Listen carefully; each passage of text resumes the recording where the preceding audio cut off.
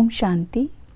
16 अगस्त 2023 की साकार मुरली से होमवर्क। आज की मुरली से हम लक्ष्य लेंगे त्रिकालदर्शी व दूरदेशी बन विकर्मों पर विजय प्राप्त कर शिव बाबा के कार्य में मददगार बनना है और जगत चित बनने का पुरुषार्थ करना है।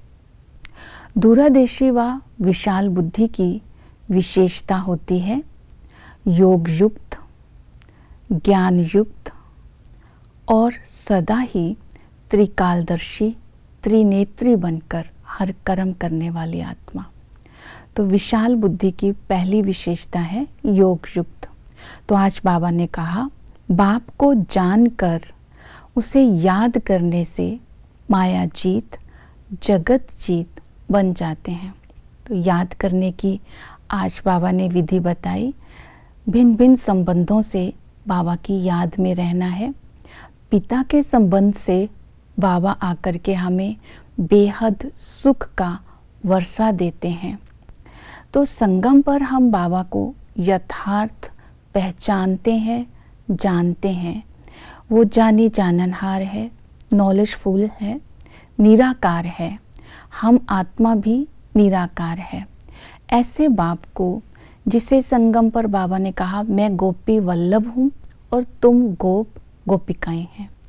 तो गोपी वल्लभ की गोप गोपिका बनकर आत्मिक स्थिति में स्थित होकर अर्थात अंतर्मुखी बनकर हमें सर्व संबंधों का रस लेना है। तो तभी हम स्वर्ग के वर्षे के अधिकारी बनेंगे। दूसरा, टीचर के संबंध से इस नशे में रहना है। हम गॉड फादरली स्टूडेंट हैं। इस समय बाबा हमें पढ़ा करके विश्व का मालिक बना रहे हैं। तो तन मन धन सब कुछ अर्पण कर जब तक जीना है, ये ज्ञान अमृत पीते रहना है।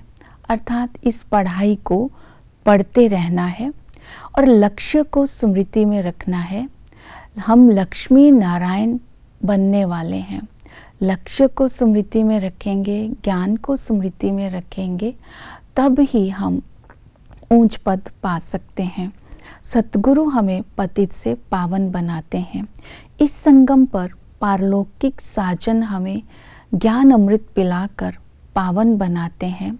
तो ऐसे साजन को सदा ही याद करते रहना है। वो साजन पतियों का पति है, तो सच्चे दिल से उसकी याद में रहना है। तो बाबा ने कहा, निरंतर याद करने के लिए तुम्हें स्वदर्शन चक्रधारी बन करके रहना है। इस समय बाबा ने याद स्मृति दिलाई कि हम ब्राह्मण ही स्वदर्शन चक्रधारी है, हम ब्राह्मण ही अलंकार धारी है। हमें ज्ञान की गदा बाबा ने दी है, सेवा का शंख दिया है और इस समय पदम अर्थात हम बाबा की बताई हुई बातों को जीवन में धारण करते हैं। और इसके साथ बाबा ने कहा, चक्र अर्थात स्वदर्शन योग लगता है। जब ज्ञान हमारी बुद्धि में आता फिर योग भी लगता है। ये अलंकार हमारे हैं। तो इनको जब हम स्मृति में रखकर हम सारा दिन इसकी याद में रहेंगे, तो स्व का दर्शन करने से हम भविष्य में स्वदर्शन चक्रधारी बनेंगे। अर्थात हम विष्णु के कुल के वारिस बनेंगे। तो विष्णु के कुल में जाने के लिए सारा दिन स्वदर्शन चक्र फिराते रहना है। विष्णु को स्वदर्शन चक्र नहीं है, ब्राह्मणों को है। ये स्मृति में रखना है। फिर बाबा ने कहा कि जो विशाल बुद्धि होते हैं वही त्रिनेत्री होते हैं, त्रिकालदर्शी होते हैं। तो बाबा इस समय हमें तीसरा नेत्र देता है। तो बाबा ने कहा, तीसरा नेत्र सबका नंबरवार खुलता है, उसके अकॉर्डिंगली सभी को बादशाही मिलती है। तो बाबा ने इस समय हमें तीसरा नेत्र दिया और बाबा ने कहा, जैसे बाप तुम्हें ज्ञान के अंधों को ज्ञान की लाठी दे करके लाठी बनते हैं, इसी तरह तुम्हें भी जो अज्ञानी आत्मा है उनको ज्ञान देकर उनकी भी लाठी बनना है, अर्थात अंधों की लाठी बनना है। एक दूसरे की ज्ञान और योग से पालना करनी है। तो ज्ञान और योग से पालना तभी कर सकते हैं अगर हम ज्ञान स्वरूप बन करके रहेंगे।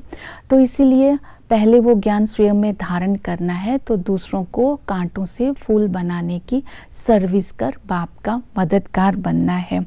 तो त्रिकालदर्शी बनकर के हर कर्म करना है। ऐसा कोई कर्म नहीं करना है जिससे बाप का नाम बदनाम हो।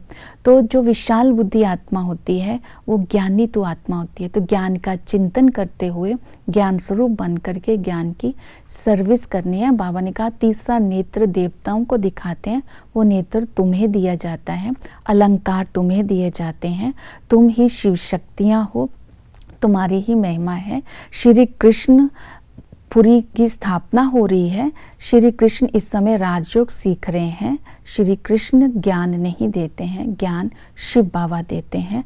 लोगों को पता नहीं है श्री कृष्ण और राधे ही लक्ष्मी नारायण बनते हैं। तो ये सारा ज्ञान पहले स्वयं में धारण कर फिर दूसरों को बताना है। ओम शांति।